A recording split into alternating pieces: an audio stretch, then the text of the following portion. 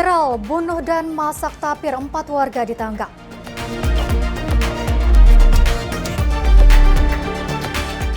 Indonesia sepakati 26 kerjasama bilateral bersama Singapura. Ribuan warga Irak iringi pemakaman Khamenei di Najaf.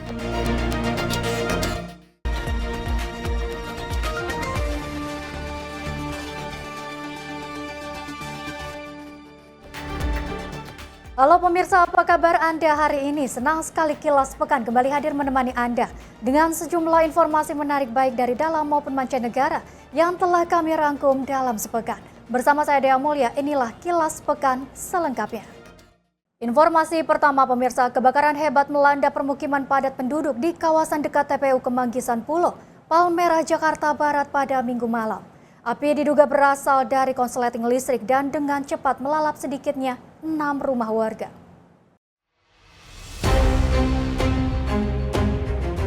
Kebakaran berawal dari salah satu rumah warga di kawasan permukiman padat dekat TPU Kemanggisan Pulo. Dalam waktu singkat, kobaran api merambat ke rumah-rumah di sekitarnya yang berdiri saling berdekatan. Rekaman video menunjukkan api berkobar besar, disertai asap hitam membumbung tinggi. Warga berupaya menyelamatkan barang-barang berharga, sementara sebagian lain berusaha membantu memadamkan api sebelum petugas datang. Api diduga bermula dari korsleting listrik di salah satu rumah. Kobaran api awalnya terlihat dari bagian atap, sebelum membesar dan menjalar ke bangunan di sekitarnya. Kebakaran listrik ini bang. Listrik konsletingnya bang? Konsleting kayaknya. Ini rumah apa sih bang yang kebakaran bang? Rumah warga bang. Berapa rumah nih? Waduh, kayaknya udah hampir banyak dah nih bang. Kira-kira 5 kali ya, 5-6 lebih dah kayaknya dah bang. Iya. kejadian jam berapa tadi bang? Tadi bang, habis maghrib bang. Habis maghrib ya? Iya. Langsung cepat datang Langsung deh, amanin dia. Api berawal dari mana bang? Tadi titik mana bang? Dari rumah sini nih bang kayaknya. Atapnya dulu? Iya. Petugas pemadam kebakaran mengerahkan sejumlah unit mobil pemadam untuk mengendalikan api, agar tidak meluas ke permukiman lain. Hingga proses pemadaman berlangsung, belum ada laporan mengenai korban jiwa maupun luka-luka. Sementara itu penyebab pasti kebakaran masih dalam penyelidikan petugas berwenang. Tim redaksi Sinpo TV melaporkan.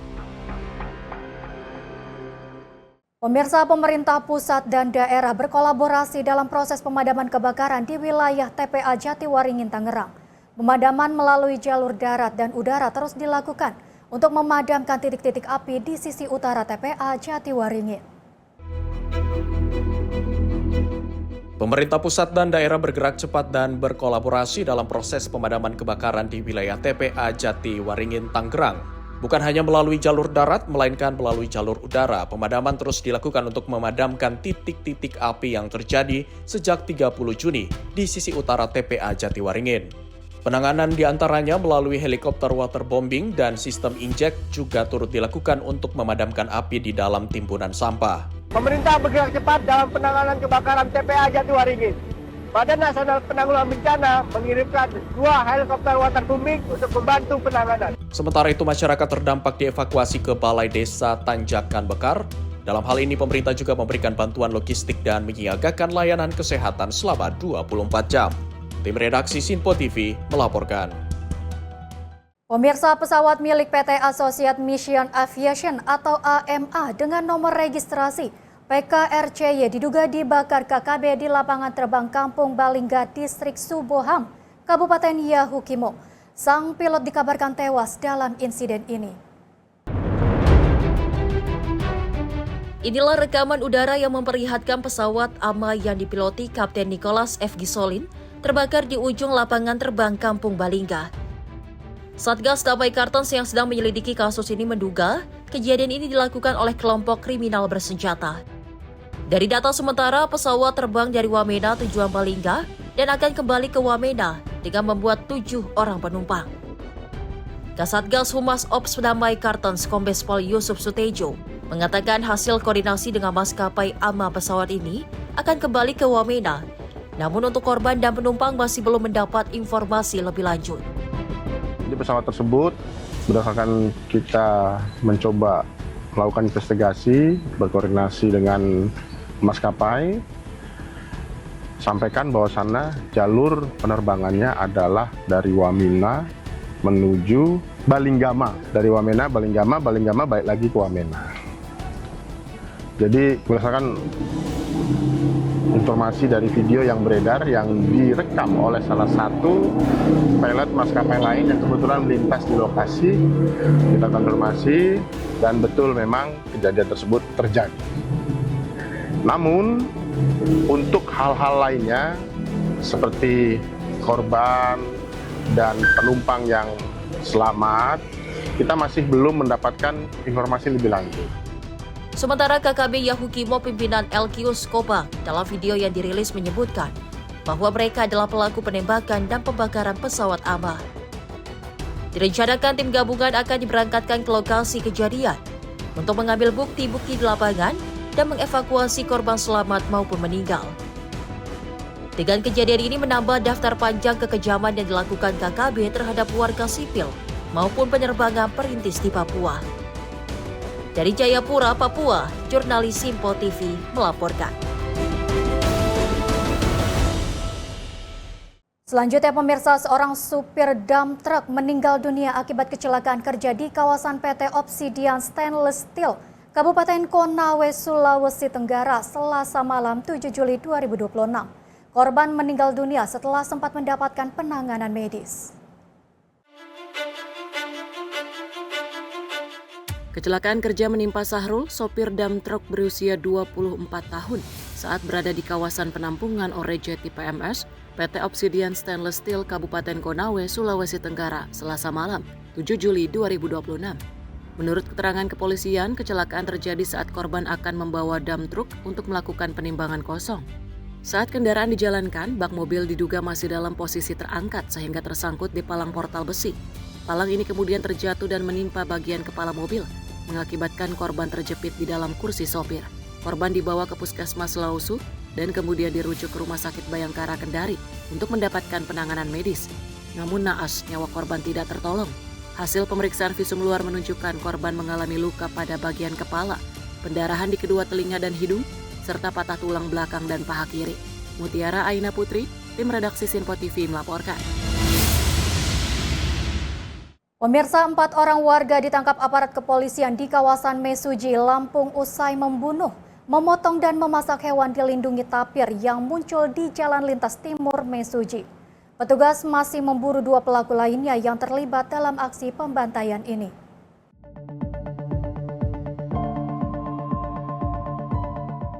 Inilah video amatir yang merekam aksi pembantaian terhadap seekor tapir di Kabupaten Mesuji, Lampung. Terlihat tubuh satwa dilindungi ini sudah dalam kondisi terpotong-potong menjadi beberapa bagian. Satwa yang terancam punah ini sebelumnya viral muncul di Jalan Lintas Timur Mesuji dan diduga diburu warga setelah masuk ke kawasan Register 45. Aparat kepolisian bergerak cepat menangkap 4 orang warga masing-masing berinisial WS, KS, TS, MPY. Menurut keterangan petugas, hewan terancam punah ini dibunuh menggunakan tombak dan senjata tajam, kemudian dipotong menjadi beberapa bagian. Bahkan daging tapir juga dimasak menjadi rica-rica dan sebagiannya dibagikan kepada warga. Petugas masih memburu 2 pelaku lain, WG dan ST, yang diduga ikut terlibat. Satreskrim Polres Mesuji yang dipimpin langsung oleh Pak Kasat Reskrim itu Adi Setiawan SHMH beserta anggotanya, anggota TK 308 mengetahui informasi tersebut langsung menindaklanjuti terkait informasi pembunuhan hewan yang dilindungi berdasarkan ataupun yang beredar luas di media sosial. Kemudian sekitar pukul 04.00 waktu Indonesia bagian Barat, tim Satreskrim Polres Mesuji telah berhasil mengamankan 4 orang diduga pelaku pembunuhan satwa yang dilindungi tersebut dengan inisial WS, KS, TS, dan MPY yang mana mereka berdomisili di kawasan Register 45 Kecamatan Mesuji Timur, Kabupaten Mesuji.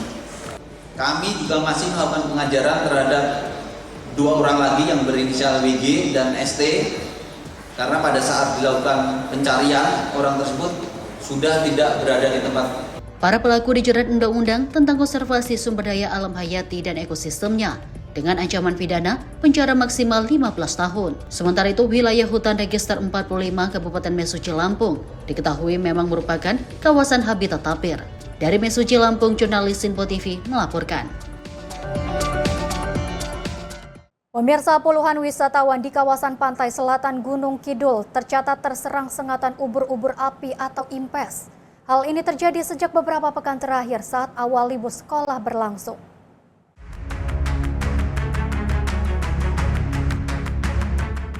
Sejumlah petugas SAR Satlantas ini terlihat mengobati sejumlah pengunjung yang tersengat ubur-ubur api atau impes di kawasan wisata pantai selatan Gunung Kidul, Yogyakarta.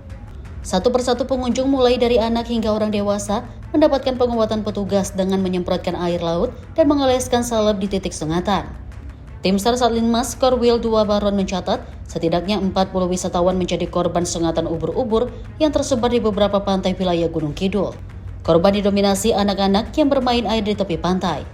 Efek dari sengatan hewan ini diantaranya rasa panas, perih dan gatal pada bagian tubuh yang terkena tentakel ubur-ubur. Ubur-ubur yang muncul di perairan selatan Gunung Kidul ini diduga merupakan jenis Physalia physalis atau yang dikenal sebagai Portuguese man-o-war.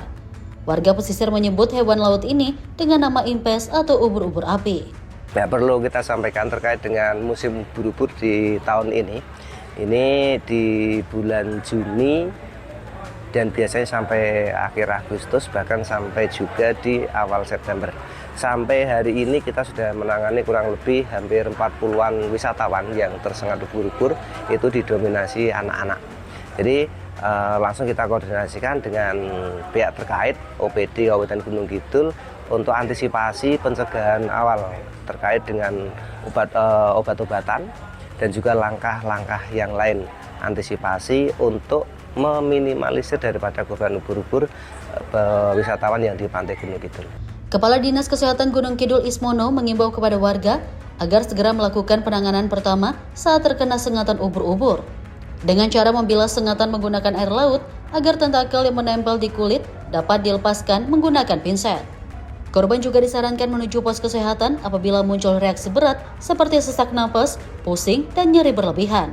Ini kita tindak lanjut atas informasi dari Bupati bahwa hari ini kemarin terjadi serangan ubur-ubur di wilayah pantai, terutama di Sepanjang. Karena ini memang pas musim dingin, teorinya memang ubur itu kan muncul di musim dingin. Nah, sehingga dengan demikian kita mengambil sikap hari ini kita koordinasi dengan terkait Sarlinmas, BPBD, BKAD, bagian Kesra, kemudian dari Dinas Pariwisata, Dinas Kesehatan dan Puskesmas Pengampu Pantai. Itu dari Saptosari, kemudian Tepus 1, Tepus 2, kemudian Tanjung Sari dan Giri Subo. Hal ini kita kondisikan agar teman Puskesmas dan Sarlimas bisa koordinasi saat ini terjadi kasus sengatan ubur-ubur bisa penanganan darurat oleh Sarlimas. Nah, ini kita sesuai dengan pernyataan kemarin kita siapkan bahan medis dipakainya itu ada asam cuka 5% yang bisa untuk menangani darurat, kemudian kapas, kemudian sarung tangan untuk melindungi teman-teman Sarlimas agar nanti aman. Kemudian juga obat-obat salep khusus untuk menangani pasien yang akan dikelola teman di Sarlimas. Kedepan memang ini akan kita mitigasi sejak awal sehingga saat ada musim dingin, ada musim liburan kita awal sudah kita komunikasikan. Mudah-mudahan komunikasi ini bisa berjalan, kemudian kita bisa melayani masyarakat karena wisata kita makin meningkat, harus kita jaga wisatawan juga bisa aman dan nyaman. Hingga kini petugas SAR dan dinas terkait terus melakukan patroli dan memberikan edukasi kepada wisatawan di kawasan pantai selatan Gunung Kidul. Dari Gunung Kidul, Yogyakarta, jurnalis Info TV melaporkan.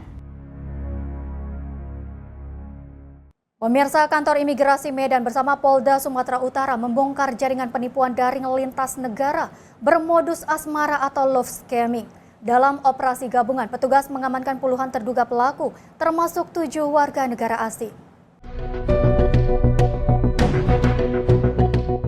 Kantor Imigrasi Medan bersama Polda Sumatera Utara berhasil membongkar jaringan penipuan daring lintas negara bermodus asmara atau love scamming yang beroperasi di Kota Medan. Dalam operasi gabungan yang dilaksanakan pada 23 hingga 24 Juni, petugas mengamankan 7 warga negara asing terdiri dari 6 warga negara Republik Rakyat Tiongkok dan 1 warga negara Vietnam serta 31 warga negara Indonesia yang diduga terlibat dalam sindikat tersebut. Pengungkapan kasus berawal dari laporan masyarakat mengenai aktivitas mencurigakan di kawasan CBD Polonia.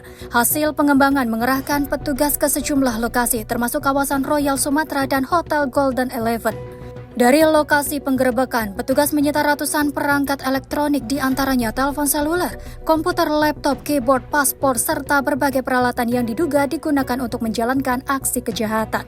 Berdasarkan hasil pemeriksaan awal, para pelaku diduga menggunakan identitas palsu di berbagai platform media sosial untuk menipu korban di luar negeri, dengan target utama pria berkewarganegaraan Jepang. Direktur Jenderal Imigrasi menegaskan tidak akan memberikan toleransi terhadap warga negara asing yang menyalahgunakan izin tinggal untuk kegiatan ilegal. Ketujuh warga negara asing akan dideportasi dan diusulkan masuk daftar cekal selama 10 tahun. Sementara penyidikan terhadap jaringan ini masih terus dikembangkan bersama Polda Sumatera Utara. Tim redaksi Sinpo TV melaporkan. Pemirsa, Gubernur DKI Jakarta Pramono Anung menginstruksikan Dinas SDA dan Dinas Bina Marga untuk memperbaiki jalan ambles di bantaran Kali Pulo Gadung, Jakarta Timur. Kerusakan jalan tersebut sebelumnya dikeluhkan warga karena telah berlangsung selama beberapa bulan. Gubernur DKI Jakarta Pramono Anung memerintahkan jajaran Dinas Sumber Daya Air dan Dinas Bina Marga untuk segera menangani jalan amblas di kawasan Pulo Gadung, Jakarta Timur. Ia menegaskan perbaikan harus segera dilakukan agar persoalan tersebut tidak berlarut-larut. Pramono mengatakan dia juga telah meminta Dinas SDA berkoordinasi dengan Bina Marga untuk mempercepat penanganan jalan amblas tersebut. Sebelumnya, video jalan retak dan amblas di kawasan Pulau Gadung, Jakarta Timur viral di media sosial. Dinding rumah warga di sekitarnya juga dilaporkan ikut retak. Kondisi itu tepat terjadi di Jalan Cinta, Pulau Gadung, Jakarta Timur. Jalan dan permukiman tersebut berlokasi tepat di sisi Kali Sunter. Permukaan tanah di lokasi ambles hingga beton jalan pecah dengan regahan yang terlihat cukup signifikan. Selain jalan yang pecah cukup panjang, kondisi tanah amblas tersebut dilaporkan terus terjadi hingga menambah lebar retakan beton. Dalam video yang beredar, warga juga menunjukkan kondisi dinding rumah mereka yang retak hingga ada yang sudah menganga. Kondisi ini diduga kuat dipicu oleh amblasnya tanah di bantaran Kali Sunter. Warga mengaku khawatir akan potensi longsor pada bagian tanah yang ambles tersebut. Mereka takut tempat tinggalnya ikut tergerus jika longsor benar-benar terjadi di tepi Kali Sunter. Tim redaksi Sinpo TV melaporkan.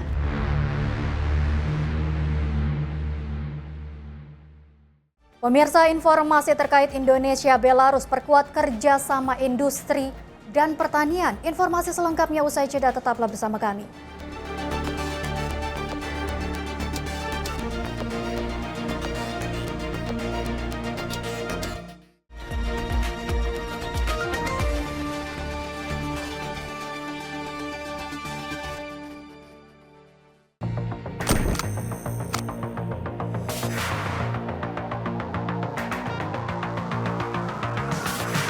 Setiap hari, beragam peristiwa tersaji tak pernah lepas dari sorotan kami.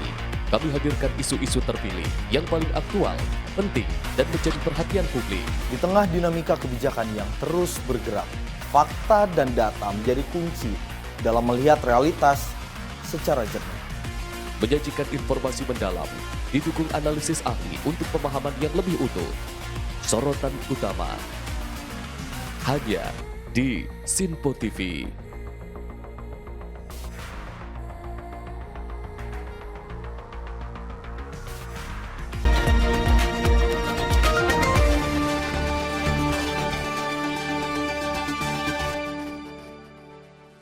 Pemirsa, Anda masih bersama Kilas Pekan. Informasi kami lanjutkan.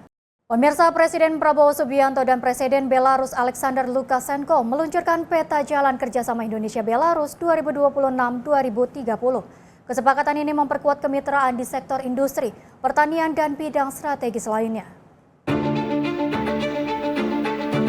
Hubungan bilateral Indonesia dan Belarus memasuki babak baru dengan disepakatinya peta jalan kerjasama jangka menengah. Presiden RI Prabowo Subianto bersama Presiden Belarus Alexander Lukashenko meresmikan peta jalan penguatan kerjasama Indonesia-Belarus 2026-2030 sebagai pedoman penguatan kemitraan kedua negara. Peluncuran tersebut dilakukan dalam rangka kunjungan resmi Presiden Lukashenko ke Indonesia yang juga menjadi dukungan balasan atas lawatan Prabowo ke Minsk pada tahun sebelumnya. Dalam pernyataan bersama di Istana Negara pada Kamis 2 Juli, Presiden Prabowo menegaskan peta jalan ini menjadi kerangka kerjasama yang lebih terarah dan juga konkret di berbagai sektor strategis. Hari ini, kedua negara telah meluncurkan peta jalan penguatan kerjasama Indonesia-Belarus 2026-2030 yang akan menjadi kerangka bagi pengembangan hubungan bilateral selama 5 tahun ke depan.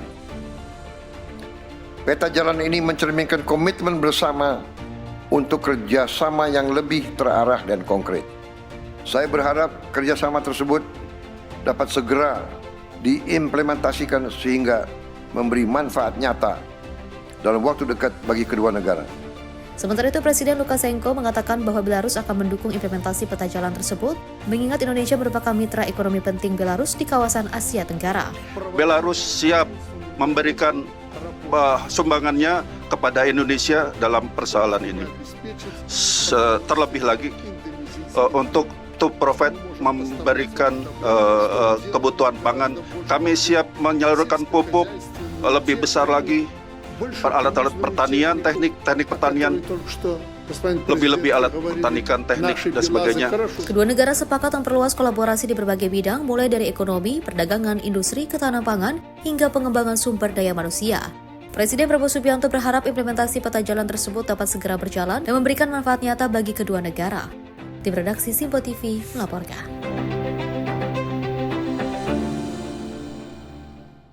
Pemirsa, Indonesia dan Singapura sepakat untuk melaksanakan 26 kerjasama bilateral pasca pertemuan yang berlangsung di Istana Negara Jakarta pada Senin siang. Mekanisme kerjasama bilateral ini pun bersifat antar pemerintah maupun antar pelaku usaha kedua negara.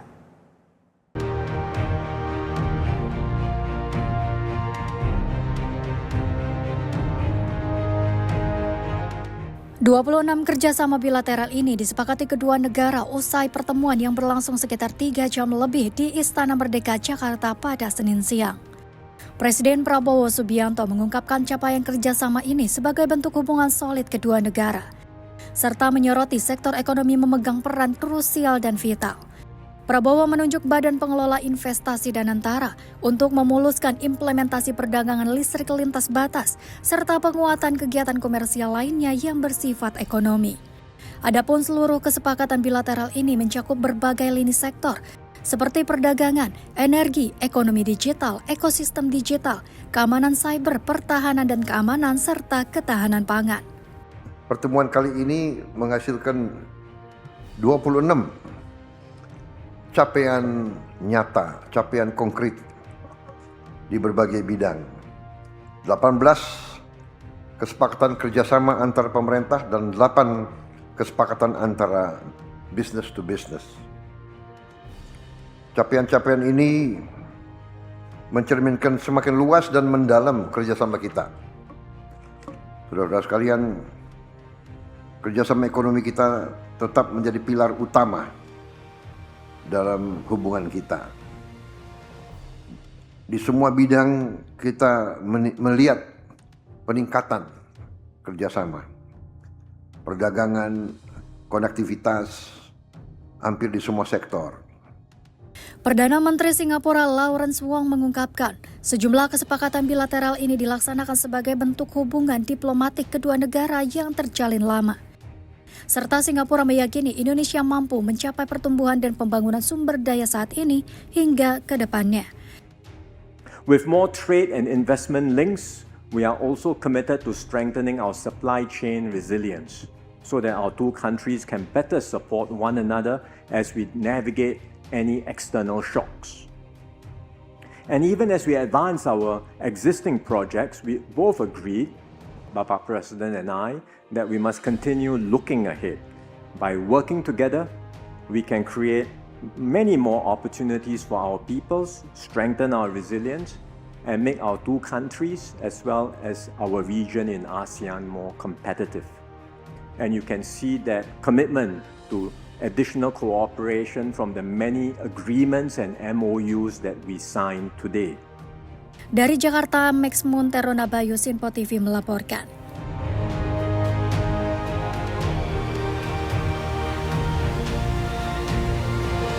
Pemirsa, Presiden Prabowo Subianto dan PM India Narendra Modi disambut tari Ramasinta dan gamelan saat tiba di Candi Prambanan.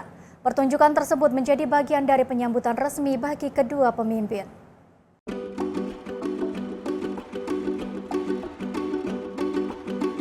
Presiden RI Prabowo Subianto bersama Perdana Menteri India Narendra Modi mengunjungi Komplek Candi Prambanan, Sleman, Yogyakarta, Rabu 8 Juli 2026. Kedatangan kedua pemimpin disambut antusias oleh masyarakat yang memadati sepanjang jalan menuju kawasan Cagar Budaya sambil melambaikan bendera merah putih dan bendera India. Setibanya di Candi Prambanan, Prabowo dan Modi disambut pertunjukan tari Ramosinta yang diiringi alunan gamelan Jawa. Penyambutan budaya tersebut menjadi simbol eratnya hubungan Indonesia dan India yang telah terjalin selama berabad-abad. Dalam kesempatan itu, Presiden Prabowo menyebut Candi Prambanan sebagai simbol peradaban besar Nusantara, sekaligus bukti kedekatan sejarah kedua bangsa melalui kisah Ramayana. Kisah Ramayana yang terukir di dinding-dindingnya menjadi saksi dari kedekatan peradaban kedua bangsa kita. Sementara Modi menyampaikan apresiasi kepada pemerintah dan masyarakat Indonesia atas upaya pelestarian warisan budaya yang juga memiliki makna penting bagi umat Hindu. श्रद्धा भाव से किया है, इसलिए मैं इंडोनेशिया के नागरिकों का भी और अब तक रहे हुए सभी शासकों का भी मैं हृदय से अभिनंदन करता हूं. Tim redaksi Sinpo TV melaporkan.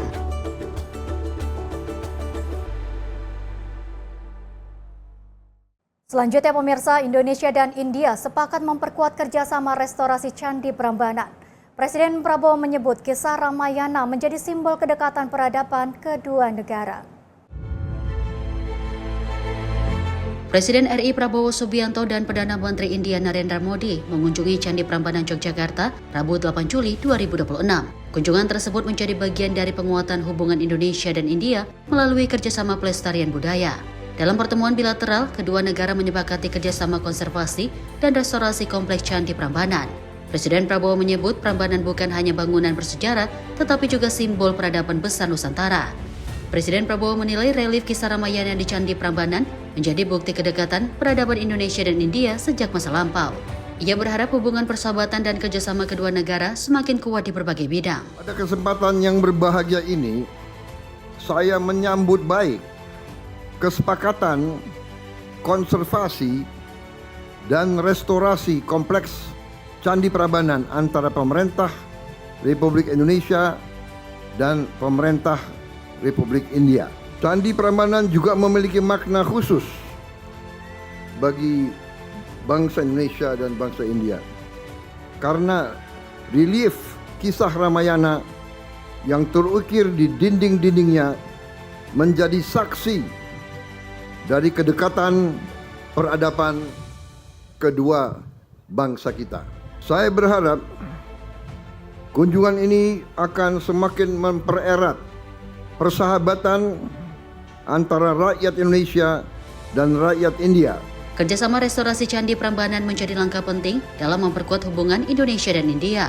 Melalui pelestarian warisan budaya bersama, kedua negara menegaskan komitmen menjaga sejarah dan nilai peradaban yang telah terjalin sejak lama. Tim redaksi Sinpo TV melaporkan. Pemirsa, pemerintah menegaskan keselamatan, kesehatan, dan kesejahteraan para peserta program Sarjana Penggerak Pembangunan Indonesia atau SPPI sebagai prioritas utama.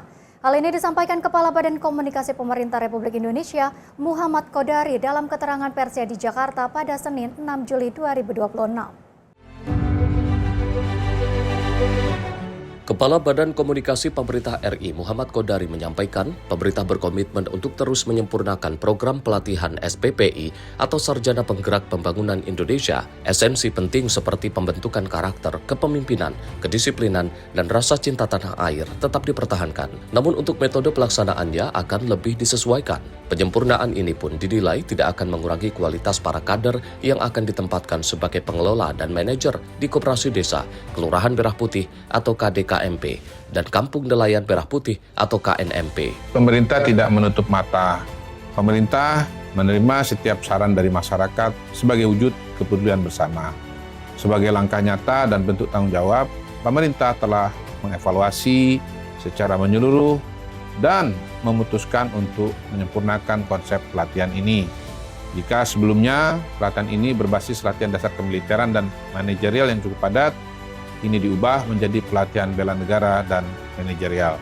Perubahan ini sama sekali tidak akan mengurangi kualitas para sarjana penggerak kita. Esensi penting seperti pembentukan karakter, kedisiplinan, kepemimpinan, dan rasa cinta tanah air akan tetap dipertahankan. Namun metode pelaksanaannya ini lebih disesuaikan agar lebih efektif dan ramah terhadap kondisi fisik serta mental para peserta. Langkah penyempurnaan ini diambil untuk memastikan program semakin tepat sasaran. Pemerintah yakin dengan metode yang lebih humanis bisa menghasilkan generasi penggerak yang tidak hanya kompeten secara keilmuan, tetapi juga memiliki semangat bela negara, serta akan menimbulkan kepercayaan masyarakat yang semakin kuat. Tim redaksi Sinpo TV melaporkan. Pemirsa, Kementerian Haji dan Umroh mengusulkan biaya penyelenggaraan ibadah haji tahun 2027, yakni sebesar Rp107 juta. Kenaikan biaya ibadah haji tersebut dipicu beberapa faktor, seperti kenaikan aftur hingga kenaikan pelayanan ibadah haji dari pemerintah Arab Saudi. Biaya penyelenggaraan ibadah haji tahun 2027 berpotensi alami kenaikan sebesar Rp107 juta dari tahun sebelumnya. Kenaikan ini disebabkan dengan kenaikan aftur serta kenaikan pelayanan ibadah haji dari pemerintah Arab Saudi. Namun biaya ibadah haji tersebut masih belum bersifat final sehingga akan dibahas terlebih dahulu antara Kementerian Haji dan Umroh bersama Komisi 8 DPR. Kementerian Haji dan Umroh memastikan meski adanya kenaikan biaya penyelenggaraan ibadah haji, para jemaah tidak akan dibebankan. Nantinya para jemaah haji hanya membayar sebesar 40% dan 60%-nya akan ditanggung oleh nilai manfaat dana haji. Nah, oleh sebab itu kemudian kita menyusun biaya rasional untuk haji itu totalnya sekitar Rp107 juta. BPIH kan, BPIH itu artinya biaya penyelenggara ibadah haji. Tapi kan nanti BPIH 107 itu akan kita bahas bersama Panja di DPR. Nah, pembahasan di Panja DPR itu yang kami ajukan dari Kementerian Haji, catatan tebalnya ya. Kami tidak ingin memberatkan jamaah. Ini kan ekonomi global tidak menentu. Jadi catatan kami tidak ingin memberatkan jamaah. Caranya bagaimana? Makanya kami mengajukan ke DPR, kami berharap anggota DPR Komisi 8 semuanya setuju, yaitu komposisi yang dibayar dengan jamaah dengan nilai manfaat itu dibalik. Tahun lalu jamaah itu membayar BPIH 61%. Sedangkan nilai manfaat dari BPKH itu bayarnya sekitar 39%. Nah, tahun ini ingin kami balik.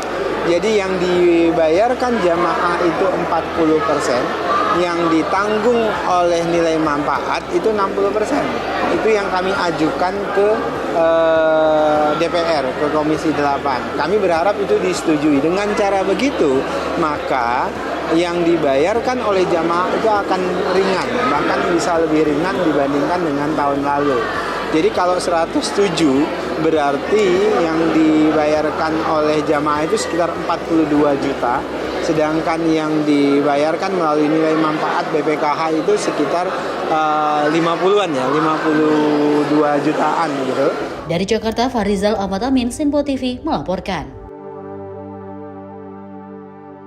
Pemirsa, Wakil Ketua DPR Dasko memastikan tidak terjadi pemutusan hubungan kerja atau PHK massal karyawan di TikTok dan Tokopedia. Kepastian tersebut didapati usai DPR memfasilitasi pertemuan antara Menteri Ketenagakerjaan Yasir Lee dan Direktur Eksekutif E-commerce TikTok dan Tokopedia Indonesia Stefani Susilo di Komplek Parlemen Senayan, Jakarta. TikTok dan Tokopedia sempat menjadi perbincangan publik terkait pemutusan hubungan kerja atau PHK secara massal karyawan. Namun kabar PHK tersebut dibantah secara langsung usai pimpinan DPR memfasilitasi pertemuan antara Menteri Ketenagakerjaan dan perwakilan TikTok dan Tokopedia di Kompleks Parlemen Senayan, Jakarta. TikTok dan Tokopedia dipastikan tidak ada melakukan PHK secara massal kepada karyawannya. Dasko mengatakan kondisi saat ini merupakan bagian dari penataan tenaga kerja usai Tokopedia resmi diakuisisi oleh TikTok Shop. Enggak ada. Jadi tadi itu pihak TikToknya itu kita panggil dari TikTok China maupun tadi TikTok di Indonesia. Jadi memang Tokopedia itu kan diakuisisi oleh TikTok Group yang juga banyak lini usaha. Nah, jadi dalam usaha penataan itu memang sudah ada yang kemudian mengambil kompensasi karena jumlahnya besar, tapi ada dan bekerja di tempat lain. Tapi ada juga yang sudah mengambil kompensasi, tapi kemudian juga disalurkan di grup-grup anak TikTok. Enggak begitu. Jadi yang ngambil kompensasi itu baru sekitar 200-an aja. Dan yang sudah disalurkan, tadi saya belum tepat angkanya berapa, yang bekerja di tempat lain juga sudah ada beberapa. Justru pihak luar itu melakukan investasi di sini yang kalau menurut paparan tadi cukup besar. Dari Jakarta, Fahrizal, Dava Rizkiano, Sinpo TV melaporkan. Pemirsa, pemerintah meluncurkan program nasional screening tuberkulosis atau TB dan cek kesehatan gratis bagi warga binaan pemasyarakatan di seluruh Indonesia. Peluncuran dipusatkan di Lapas Kelas 2 Angaseman, Nusa Kambangan, Cilacap sebagai bagian dari program prioritas pemerintah. Program yang diselenggarakan Kementerian Kesehatan bersama Kementerian Imigrasi dan Pemasyarakatan ini menyasar lebih dari 320.000 peserta yang terdiri dari warga binaan dan petugas di ratusan lapas dan rutan di seluruh Indonesia. Pemerintah menegaskan setiap warga binaan memiliki hak yang sama untuk memperoleh layanan kesehatan. Melalui program ini, pemeriksaan kesehatan dilakukan secara menyeluruh untuk mendeteksi penyakit sejak dini dan meningkatkan kualitas hidup warga binaan. Salah satu fokus utama program adalah screening tuberkulosis atau TB, mengingat resiko penularan TB di lingkungan lapas lebih tinggi akibat kondisi hunian yang padat. Pemeriksaan dilakukan menggunakan foto ronsen dada serta pemeriksaan lanjutan bagi peserta yang menunjukkan gejala. Selain screening TB, warga binaan dan petugas juga mendapatkan layanan cek kesehatan gratis meliputi pemeriksaan tekanan darah, gula darah, kolesterol, hingga tes cepat HIV. Sebagai bagian dari upaya pencegahan dan deteksi dini penyakit menular maupun tidak menular. Dalam kesempatan tersebut, pemerintah juga meninjau fasilitas kesehatan di Nusa Kambangan, serta menyerahkan bantuan alat kesehatan untuk memperkuat pelayanan medis di lingkungan pemasyarakatan. Pemerintah berharap program ini dapat meningkatkan akses layanan kesehatan bagi warga binaan, menekan angka penularan TB, serta mendukung target eliminasi TB nasional pada 2030 mendatang. Tim redaksi Sinpo TV melaporkan. Selanjutnya, pemirsa, penasihat Presiden Bidang Ketenagakerjaan dan Kesejahteraan Buruh Said Iqbal mengusulkan penghapusan pajak jaminan hari tua atau pajak JHT menjadi 0%. Usai bertemu dengan Menteri Keuangan Rabu siang. Usai pengusulan ini, Said Iqbal memastikan aksi demo buruh di kawasan Kementerian Keuangan dibatalkan. Rencana unjuk rasa ribuan buruh yang semula dijadwalkan Kamis siang ini di kantor Kementerian Keuangan dipastikan dibatalkan. Usai pertemuan penasihat khusus Presiden Bidang Ketenagakerjaan dan Kesejahteraan Buruh, Said Iqbal bersama Menteri Keuangan Purbaya Yudi Sadewa di kantor Kemenkeu pada Rabu siang kemarin. Pertemuan ini berlangsung selama 30 menit dengan penyampaian sejumlah poin tuntutan mengenai beban pajak yang memberatkan para pekerja sejauh ini. Poin tuntutan tersebut meliputi penghapusan pajak atas pencairan jaminan hari tua atau JHT, pajak tunjangan hari raya, pajak pesangon, hingga berbagai pungutan pajak pada manfaat program jaminan sosial dan pensiun. Said mengusulkan pencairan dana JHT dikenakan pajak 0%. Menurutnya, hal tersebut merupakan tabungan sosial yang dikenakan pajak terhadap imbal hasil, bukan dari pokok tabungan. Selain itu, Said mendesak pemerintah agar menghapus pajak progresif bagi pencairan JHT berulang akibat badai PHK berulang kepada para pekerja. Di sisi lain, Menteri Keuangan Purbaya Yudi Sadewa menilai memberikan komentar positif atas hal ini, serta bakal menyerap aspirasi para buruh untuk nantinya membuat perubahan regulasi atas polemik ini. Dari Jakarta, Max Monte Azizul Hakim, Sinpo TV melaporkan.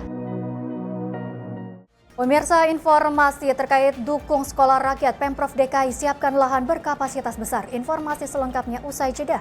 Tetaplah bersama Kilas Sepekan.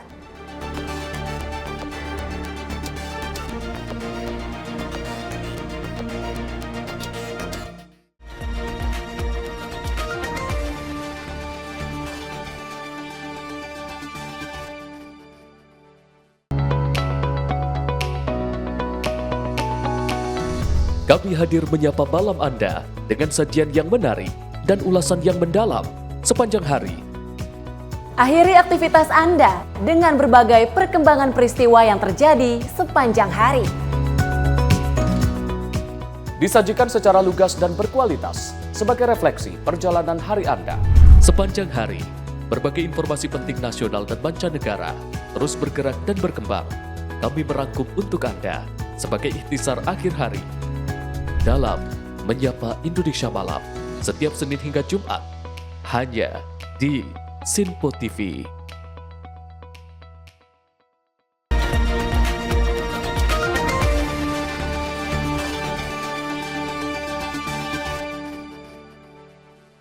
Terima kasih pemirsa, Anda masih bersama kami. Informasi kami lanjutkan. Pemirsa, pemerintah mempercepat pengembangan program sekolah rakyat di DKI Jakarta. Kementerian Sosial bersama pemerintah Provinsi DKI Jakarta menyiapkan tambahan sekolah rintisan yang ditargetkan mampu menampung sedikitnya 1.000 siswa dari keluarga kurang mampu.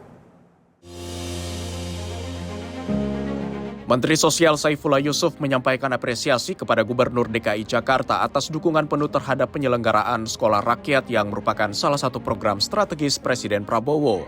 Untuk memenuhi target tambahan 1.000 siswa, pemerintah telah mengidentifikasi sekitar 10 lokasi, 8 diantaranya kini memasuki tahap renovasi, termasuk gedung di kawasan Pejompongan, Merunda, dan Curug. Seluruh bangunan tersebut akan digunakan sebagai sekolah rintisan sambil menunggu pembangunan gedung permanen. Menanggapi pertanyaan mengenai alasan penambahan kuota di Jakarta, Menteri Sosial menjelaskan peningkatan kapasitas sebenarnya dilakukan secara nasional. Namun Jakarta membutuhkan percepatan karena hingga kini baru memiliki 1 gedung permanen yang masih dalam proses pembangunan. Selama ini kita sudah berkolaborasi untuk supaya penyelenggaraan sekolah rakyat bisa benar-benar dilaksanakan dengan baik sebagai bagian dari program strategis Bapak Presiden Prabowo. Yang kedua, saya tentu juga menyambut baik karena Pak Gubernur ingin menyambut harapan Pak Presiden agar khusus DKI Jakarta ada tambahan sekolah rintisan yang bisa menampung tidak kurang dari 1.000 siswa sekolah rakyat untuk di DKI Jakarta. Sementara itu, Gubernur DKI Jakarta Pramono Anung menegaskan kesiapan pemerintah daerah untuk mendukung penuh program tersebut. Selain menyiapkan lokasi sementara, Pemprov DKI juga akan mencari lahan yang memungkinkan untuk pembangunan sekolah rakyat berkonsep asrama atau boarding school. Pemerintah DKI Jakarta akan memberikan support dukungan sepenuhnya untuk sekolah rakyat yang ada di Jakarta ini. Seperti kita ketahui, harapannya sekarang ini sebenarnya di tahun pertama ada kurang lebih 470 siswa dan ada 408 yang memenuhi kriteria. Di tempat ini ada 190 yang menerima KJP. Yang menarik dalam diskusi saya dengan Pak Menteri Sosial tadi, karena memang saya melihat secara langsung bahwa achievement atau capaian yang luar biasa dari anak-anak dari keluarga yang tidak beruntung dan semangatnya sama dengan apa yang menjadi keinginan dasar pemerintah DKI Jakarta, sehingga yang tadi harapan Bapak Presiden untuk bisa menambah sampai dengan 1.000 siswa, Pak Menteri, kami akan secara mendalami ini dan menyiapkan lokasi yang mungkin bisa digunakan untuk boarding sekolah rakyat untuk 1.000 siswa. Pemerintah menilai tingginya kepadatan penduduk, jumlah anak putus sekolah, serta kesenjangan sosial di ibu kota menjadi alasan kuat untuk memperluas jangkauan program ini. Diharapkan sekolah rakyat menjadi pintu bagi anak-anak dari keluarga kurang mampu untuk memperoleh pendidikan yang layak dan masa depan yang lebih baik. Dari Jakarta, Dio Malau, Sinpo TV melaporkan. Pemirsa, dalam rangka memperingati hari ulang tahun ke-499 Kota Jakarta, pemerintah Provinsi DKI Jakarta bersama Pamjaya menggelar hitanan massal. Kegiatan sosial yang diikuti 2.000 anak dari berbagai wilayah di Jakarta menjadi wujud kepedulian pemerintah dalam memberikan layanan kesehatan kepada masyarakat. Pemerintah Provinsi DKI Jakarta bersama Pamjaya menggelar hitanan massal sebagai salah satu rangkaian peringatan hari ulang tahun ke-499 Kota Jakarta. Sebanyak 2.000 anak dari 5 wilayah kota administrasi dan Kabupaten Kepulauan Seribu mengikuti kegiatan sosial yang berlangsung di Balai Kota DKI Jakarta.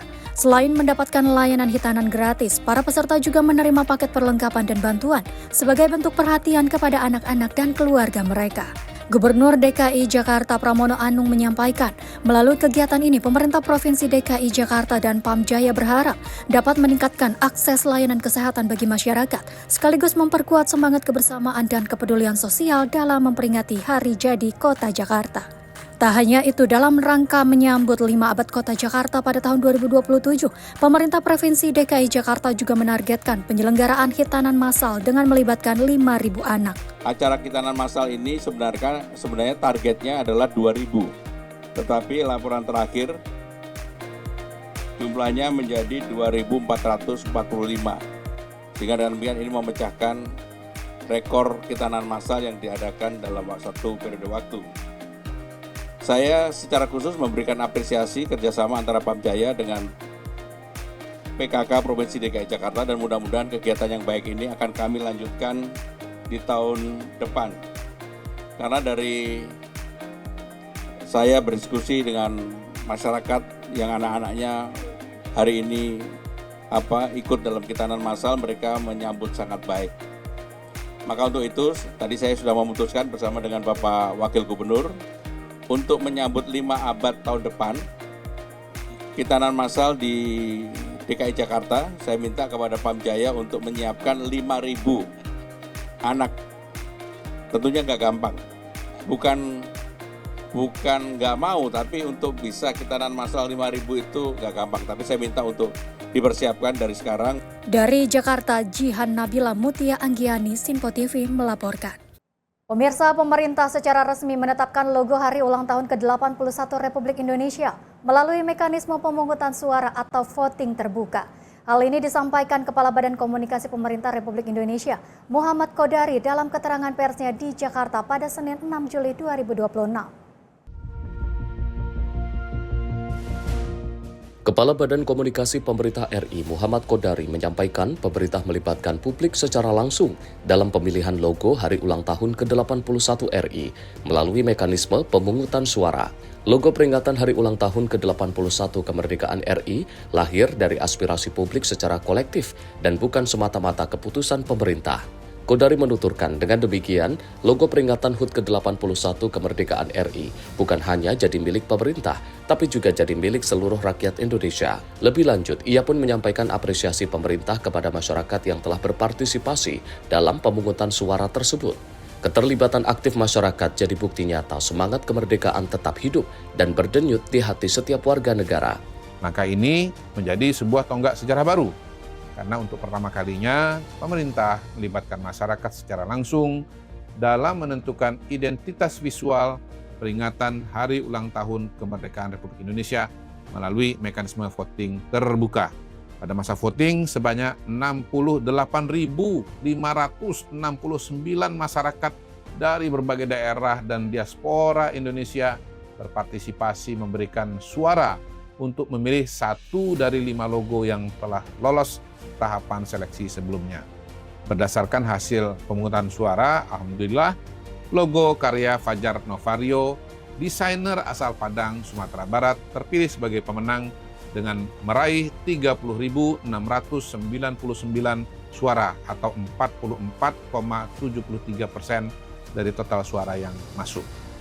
Hasil tersebut menunjukkan komitmen pemerintah dalam menghargai pilihan publik. Logo Hari Ulang Tahun ke-81 Kemerdekaan Republik Indonesia benar-benar dipilih oleh masyarakat. Sejalan dengan tema besar peringatan HUT ke-81 Republik Indonesia tahun ini, bagi pemerintah, keterlibatan masyarakat dalam proses ini merupakan langkah awal untuk membangun tradisi baru yang lebih perhatian, inklusif, dan kolaboratif. Tim redaksi Sinpo TV melaporkan. Selanjutnya, pemirsa, pemerintah melalui Badan Pangan Nasional telah menyiapkan langkah antisipatif merespon prediksi BMKG mengenai El Nino yang memicu kemarau panjang.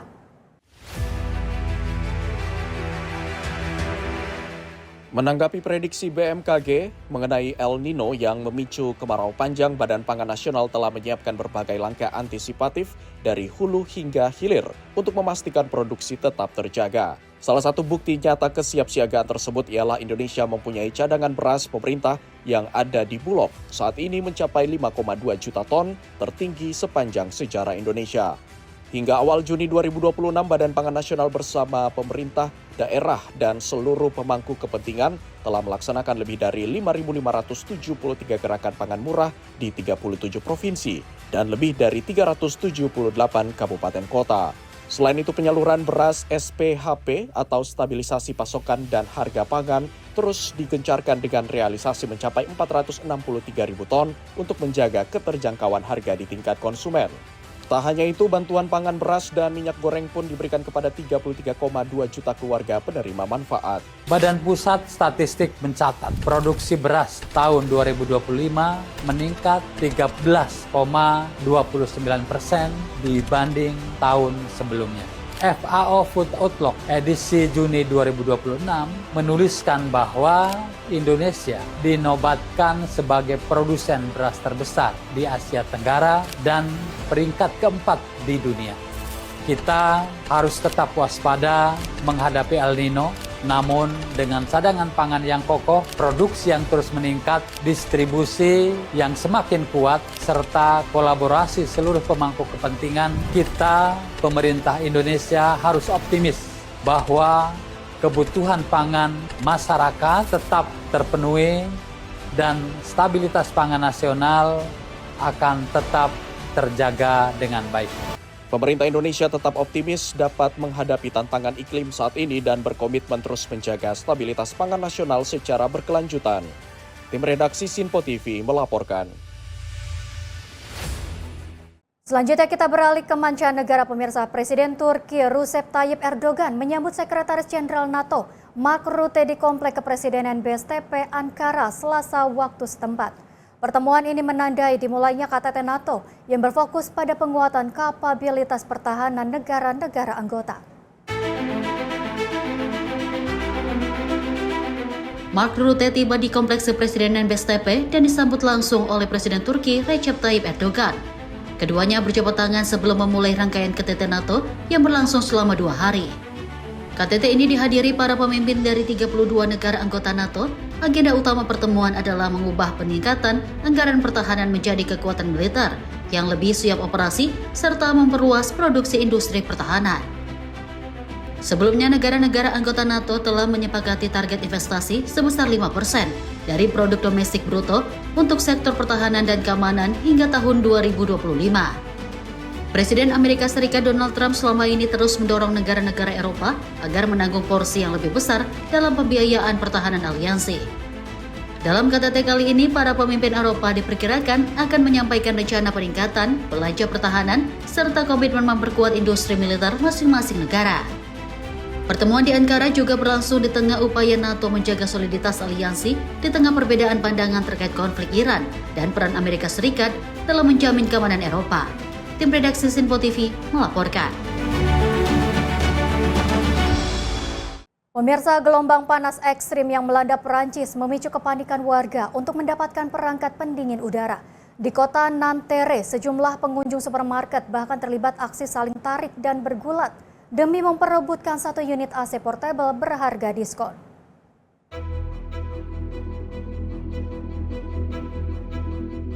Pemirsa, seperti inilah video yang memperlihatkan beberapa pengunjung mengerubungi seorang pembeli yang terjatuh ke lantai sambil berusaha merebut kotak berisi AC portable yang digenggamnya. Insiden ini terjadi setelah program diskon perangkat pendingin di sejumlah gerai Lidl menarik antusiasme tinggi dari masyarakat yang berusaha melindungi diri dari suhu panas ekstrim. Sejak dini hari, ribuan orang dilaporkan telah mengantri di depan toko untuk mendapatkan kipas angin dan AC portable. Meski perusahaan telah menyalurkan ratusan ribu produk ke lebih dari 1.600 toko, persediaan tetap tidak mampu memenuhi tingginya permintaan. Di sejumlah lokasi, polisi bahkan dilaporkan menggunakan gas air mata untuk membubarkan kerumunan yang semakin sulit dikendalikan. Prancis saat ini tengah menghadapi salah satu gelombang panas terburuk dalam beberapa tahun terakhir, dengan suhu mencapai lebih dari 44 derajat Celcius di sejumlah wilayah. Dampaknya ribuan sekolah ditutup atau memperpendek jam belajar, sementara rumah sakit diprioritaskan untuk menangani pasien terdampak panas ekstrim. Otoritas Kesehatan Prancis melaporkan sekitar 1.000 lebih kematian yang dikaitkan dengan gelombang panas, dengan sebagian besar korban berusia 65 tahun ke atas. Pemerintah juga meningkatkan status siaga nasional. Sementara sejumlah reaktor nuklir mengurangi produksi listrik karena suhu air sungai yang digunakan untuk pendingin meningkat secara signifikan. Tim redaksi Simpo TV melaporkan. Selanjutnya pemirsa, ribuan warga Irak mengiringi prosesi pemakaman pemimpin tertinggi Iran mendiang Ayatollah Ali Khamenei di kota suci Najaf Rabu waktu setempat. Prosesi ini menjadi salah satu rangkaian upacara perpisahan sebelum jenazah dimakamkan di kota Mashhad, Iran.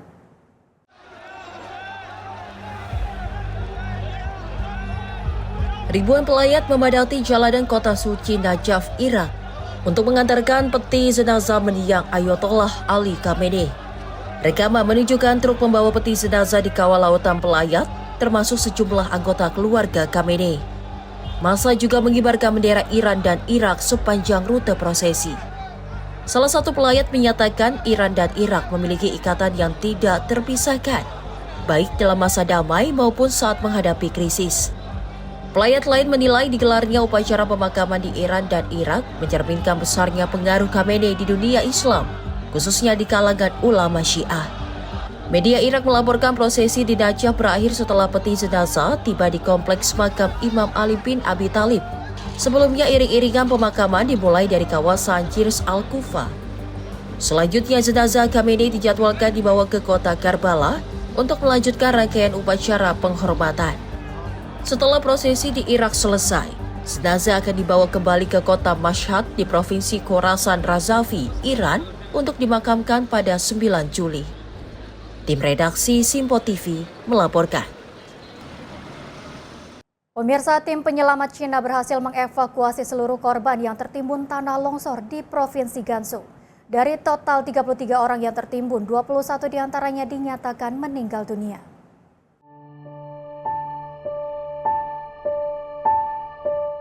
Tanah longsor menerjang lembah pegunungan di Kabupaten Tancang, Kota Longnan, Provinsi Gansu, Cina, Selasa pagi. Bencana tersebut menimbun sekelompok pekerja kehutanan yang sedang beraktivitas di lokasi. Rekaman dari lokasi menunjukkan jalur longsor membelah kawasan hutan, sementara alat berat terus mengeruk tumpukan tanah dan material untuk mencari korban. Pemerintah setempat menyatakan operasi pencarian dan evakuasi resmi berakhir pada Rabu pagi.